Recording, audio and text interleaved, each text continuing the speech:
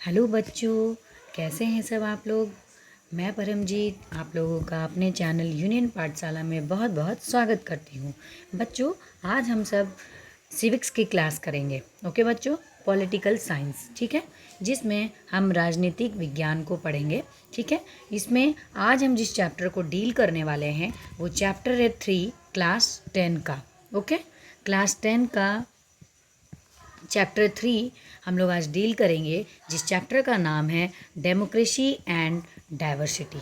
Okay, democracy and diversity बच्चों, इसका हिंदी क्या है, इसको क्या कहते हैं। डाइवर्सिटी का मतलब, डेमोक्रेसी का मतलब होता है लोकतंत्र। क्या होता है? लोकतंत्र। ठीक है, और एंड और और डाइवर्सिटी का मतलब होता है विविधता। ठीक है, विविधता। समझ में आ गया? तो चलिए हम स्टार्ट करते हैं। आज हम जानेंगे कि डेमोक्रेसी एंड डाइवर्सिटी ये क्या है। इस चैप्टर को अच्छी तरह से समझने की कोशिश करेंगे। ठीक है बच्चों, मैंने इस चैप्टर को सीबीएसई बोर्ड, आईसीएसई बोर्ड के बुक क्लास 10 के बुक से चैप्टर 3 से आप लोगों के लिए मैं लेकर के आई हूँ। आप लोग इसको अच्छे से देखिए, अच्छे से समझने का प्रयास कीजिए। बहुत ही इंटरेस्टिंग एंड बहुत ही अच्छा चैप्टर है, जो आप लोगों के आपके सब सिलेबस में पढ़ने में आपको बहुत ही हेल्प करेगा। ओके, सबसे पहले let's start, we read the overview. Okay, in the last chapter we saw up how power can be distributed to accommodate linguistics and regional diversities. But language and the region are not the only features that given distinct identity to people. Sometimes people also identify themselves and related with others on the basis of their physical appearance, class, religions, gender, caste, tribe, etc. In this chapter, we study how democracy responds to social differences, divisions, inequalities. We begin with an example of public compression of social divisions. We then draw some general lessons about how social differences can take various forms. We then turn how to democratic politics effect is affected by this social diversities. Okay बच्चों, राजनीतिक विज्ञान हम लोग राजनीतिक विज्ञान के chapter की जानकारी आज प्राप्त करेंगे। ठीक है, जिसमें आप लोग क्लास 10 के बच्चों को, आप लोगों को सबको ये जानना बहुत ज़रूरी है। ठीक है, आज हम यहाँ उन सारे महत्वपूर्ण बिंदुओं के बारे में जानने वाले हैं जिनका ताल्लुक सीधे क्लास 10 के राजनीतिक विज्ञान चैप्टर डेमोक्रेसी एंड डाइवर्सिटी से है। ओके, इन सारी बातों की जानकारियों के लिए आप बच्चों, आप चैप्टर में बहुत सारी चीज़ें हैं उसके साथ जुड़िए, उसको जानने की कोशिश कीजिए। चलिए तो आइए अब हम शुरू करते हैं। डेमोक्रेसी एंड डाइवर्सिटी पे आधारित यह एक तरह का समझ जाइए, मैं समरी के थ्रू आपको समझाऊंगी, जो कि टॉपिक बाय टॉपिक आपको समझाने की कोशिश करूंगी। ओके बच्चों, तो चलिए सबसे पहले स्टोरी फ्रॉम मैक्सिको ओलंपिक्स के बारे में जान जाते हैं। ठीक है, the pictures on this page depict an important landmark, the history of the civil rights movement in the United States. Okay, this represents the medal ceremony of the 200-meter race in the 1968 Olympics held at Mexico City. The two men standing with the clenched fist upraised and head bowed while the American national anthem was played are the U.S. athletes Tommy Smith and John Carlos. They are African Americans. Okay, they had won the gold and bronze medal respectively. They received their medals wearing black socks and no shoes to represent black poverty. With these gestures, they tried to draw international attention to racial discriminations in the United States. The black gloves and raised cleansed first were meant to symbolize black power.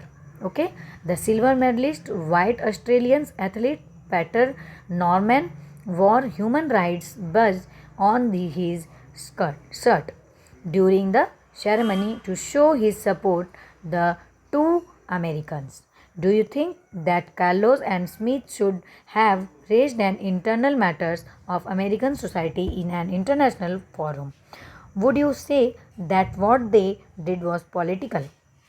Why do you think Peter Norman, who was neither black or American joined in the gastric to protest. If you were in Norman's place, what would you do?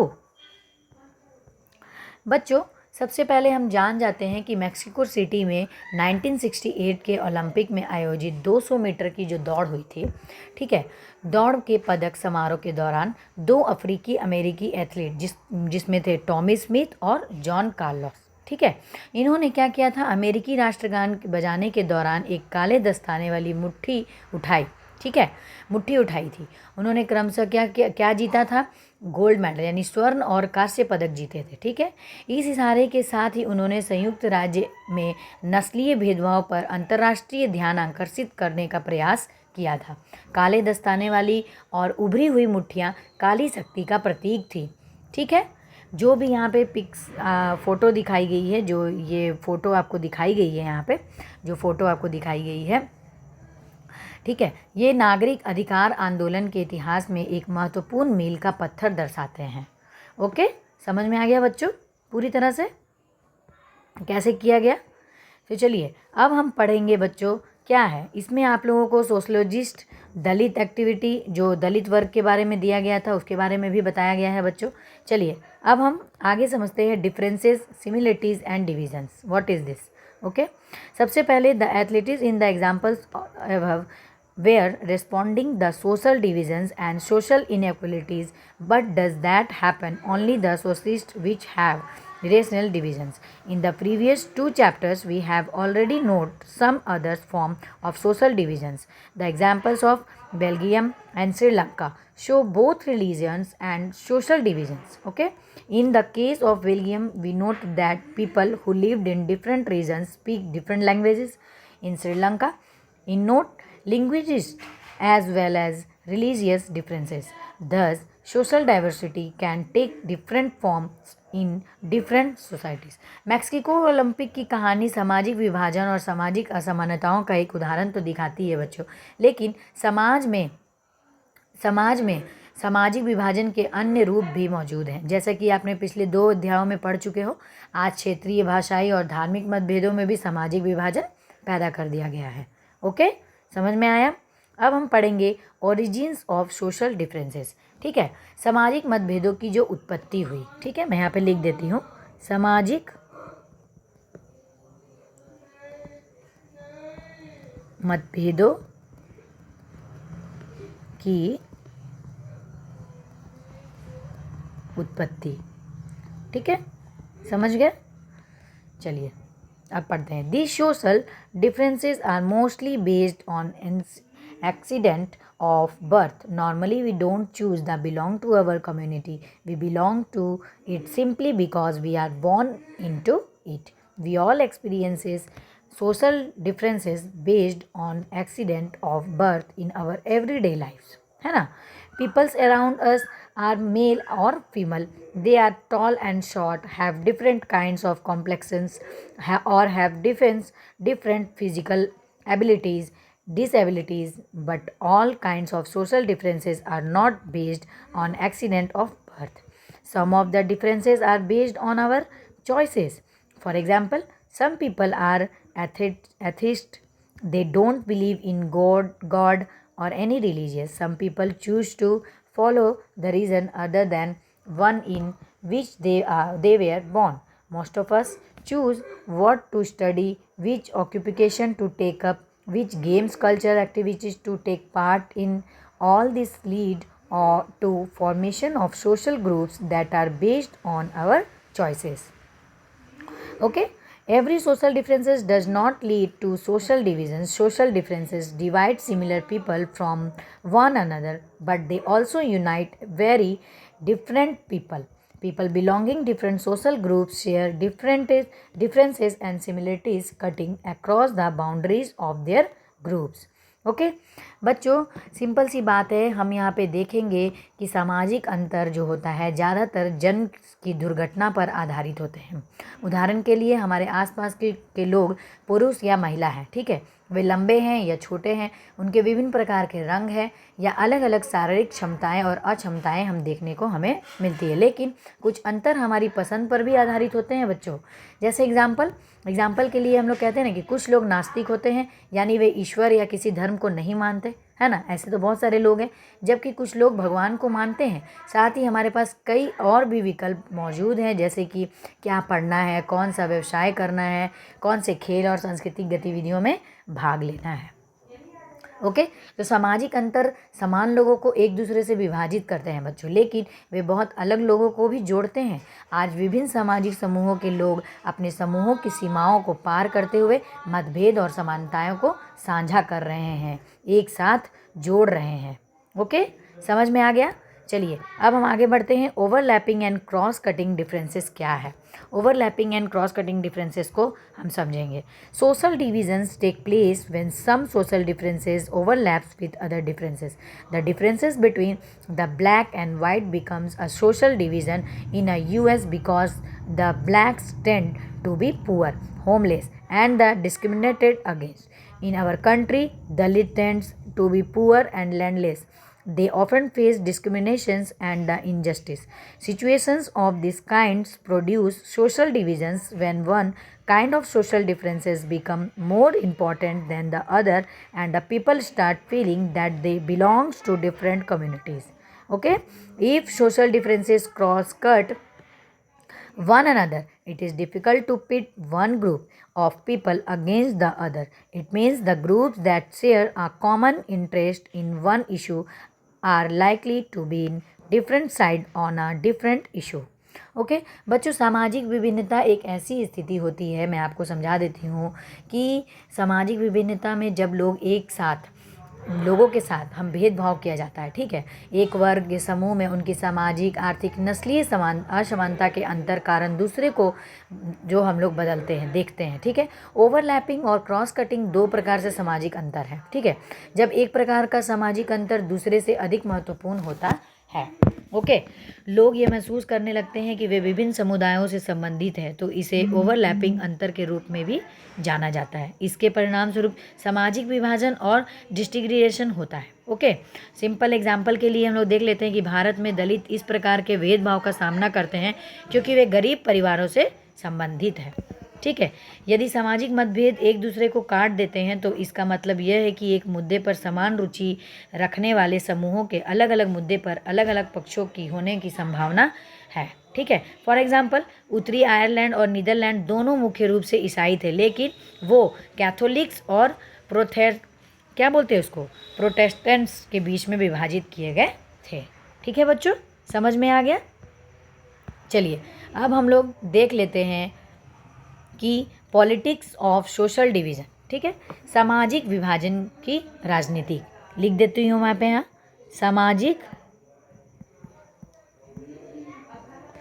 सामाजिक विभाजन की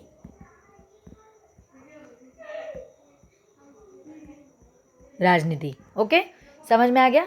चलिए हम लोग read करते हैं, पढ़ते हैं क्या है। How do these social divisions affect politics? What does politics do these social divisions? At first sight, it would appear that the combinations of politics, the social divisions, very dangerous and explosive. Okay, democracy involves competition among various political parties. Their competition tends to divide any society if they start competing in terms of some exciting social divisions. It can make social divisions into political divisions and lead to conflict, violence, or even disintegrations of country. This has happened in many countries.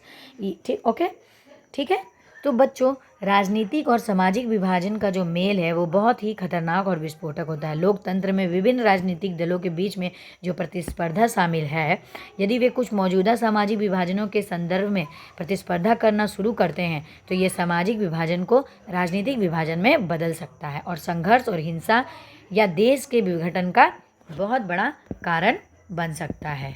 ठीक है बच्चों।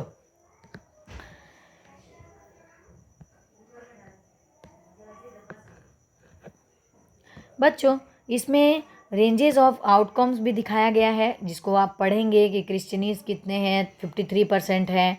ठीक है, रोमनिस कैथोलिटिस कितने हैं, 44% है। तो ये सारी परसेंटेज उनकी बताई गई है जो आप जानेंगे। ठीक है, चैप्टर्स को पढ़ेंगे तो पता चल जाएगा।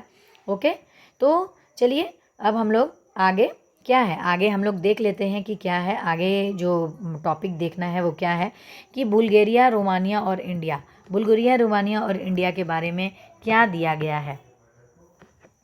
ठीक है, तो बुल्गारिया, रोमानिया में एक फैमिलियर और महाश्वेता, मतलब एक वहाँ के एक स्टोरी बताई गई है। रोम की है, ये रोम के लोगों की कहानी बताई गई है, जिसको आप चैप्टर को रीड करेंगे तो अच्छी तरह से आपको समझ में आ जाएगा।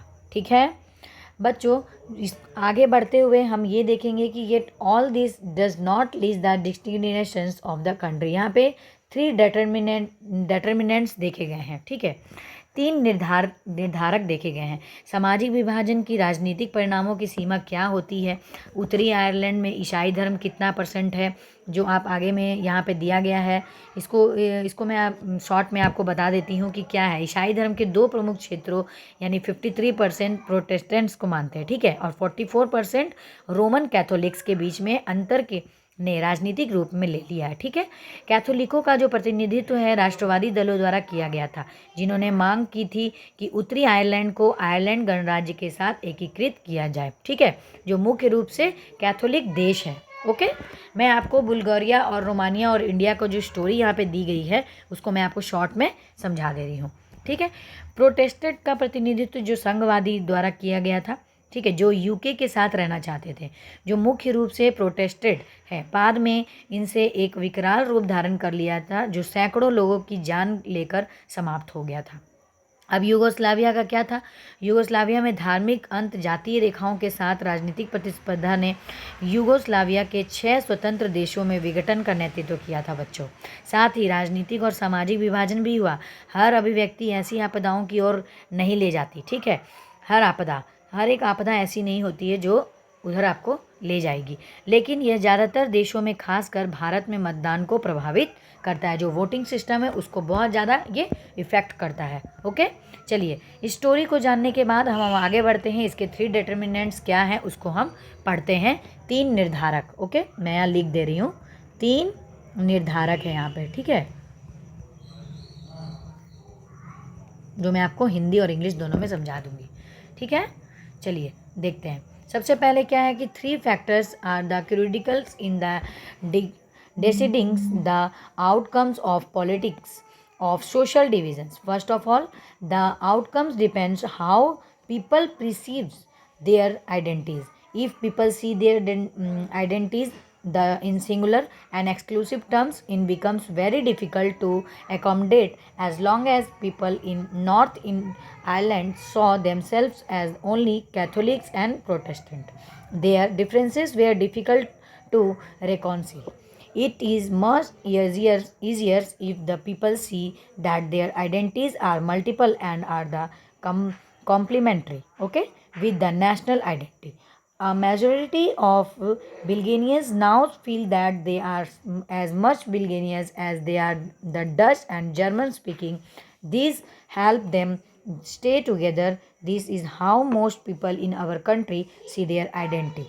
They think of themselves as Indian as well as belonging to a state or language group or a social of religion community. Okay, सबसे पहले बच्चों परिणाम के लिए यहाँ पे हम देख लेंगे सामाजिक विभाजन राजनीतिक का परिणाम जो है उसके लिए 3 महत्वपूर्ण कारक माने गए हैं। ठीक है, परिणाम इस बात पर निर्भर करता है कि लोग अपनी पहचान को कैसे समझते हैं। ओके, अगर लोग अपनी पहचान को सिंगुलर और एक्सक्लूसिव शब्दों में देखें तो इसे सुलझाना बहुत ही मुश्किल हो जाता है।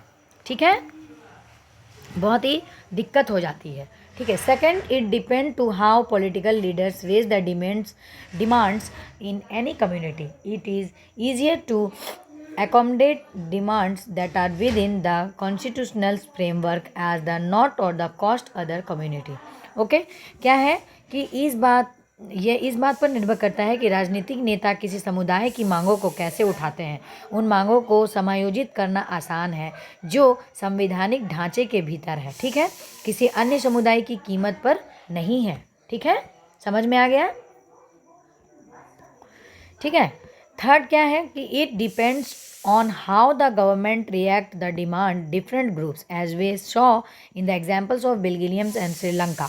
Okay the rulers willingness share power the accommodate the responsible demands of minority community social divisions becomes less threatening for the country but if they try to suffer such as demands in the name of national unity and the results is often quite the opposite। साथ ही साथ इस बात पर भी यह निर्भर करता है बच्चों कि सरकार विभिन्न समूहों की मांगों पर कैसे प्रतिक्रिया देती है, समुदाय को कैसे देती है, सोशल डिवीज़न को वो कैसे बांटती है, ये भी देखने को मिलता है। ठीक है बच्चों यहाँ पे मैंने आपको जो पॉजिटिव एटीट्यूड है जो डाइवर्सिटी का, वो मैंने आपको अच्छी तरह से दिखाया है। लोकतंत्र में सामाजिक विभाजन की जो राजनीतिक अभिव्यक्ति को बहुत सामान्य है और स्वस्थ हो सकती है। ये विभिन्न डिसएडवांटेज और मार्जिनल सामाजिक समूहों को अपनी शिकायतें व्यक्त करने और सरकार को इन पर ध्यान देने की अनुमति देता है बच्चों। ठीक है बच्चों। तो बच्चों आज का चैप्टर यहीं कंप्लीट होता है। आज का जितना भी टॉपिक था सब मैंने आपको अच्छे से क्लियर कर दिया है बच्चों। आज की वीडियो यहीं समाप्त होती है। टॉपिक सारे कंप्लीट होते हैं। ये चैप्टर मैंने आपको पूरा कंप्लीट कर दिया है। ठीक है बच्चों। आपको वीडियो कैसी लगी? If you like the video please please please share the video and like please must like. Okay and अगर आप चैनल पर नए हैं बच्चों तो चैनल को सब्सक्राइब करना बिल्कुल भी ना भूलें। ओके और बेल आइकन को दबाना तो बिल्कुल भी ना भूलें। ठीक है बच्चों। मैं परमजीत आप लोगों का बहुत बहुत बहुत धन्यवाद देती हूँ वीडियो के साथ बने रहने के लिए, वीडियो को देखने के लिए, वीडियो को स्टार्टिंग से लेके एंड तक देखने के लिए और समझने के लिए। बच्चों अगर आपको वीडियो अच्छी लगी तो वीडियो को लाइक कीजिए, वीडियो को शेयर कीजिए। ओके इसी तरह से मैं आप लोगों के लिए नेक्स्ट टॉपिक अलग अलग सब्जेक्ट्स के सारे लेकर के आऊँगी और अलग क्लासेस के भी सारे सब्जेक्ट्स के टॉपिक लेकर के आऊँगी। ओके आज की वीडियो में बच्चों आप लोगों के लिए डेमोक्रेसी और डाइवर्सिटी में लोकतंत्र विविधता के लिए मैंने आप लोगों के लिए मैं इतना ही लेकर के आई थी। आशा करती हूँ आप लोगों को वीडियो बहुत अच्छी लगी होगी। अच्छी लगी तो वीडियो को लाइक ज़रूर कीजिए। ओके और वीडियो को अच्छे से पूरा देखिए। ठीक है तभी आपको समझ में आएगा टॉपिक क्या है। ठीक है अभी के लिए बहुत बहुत थैंक यू बच्चों। Thank you so much. Take care. Bye bye.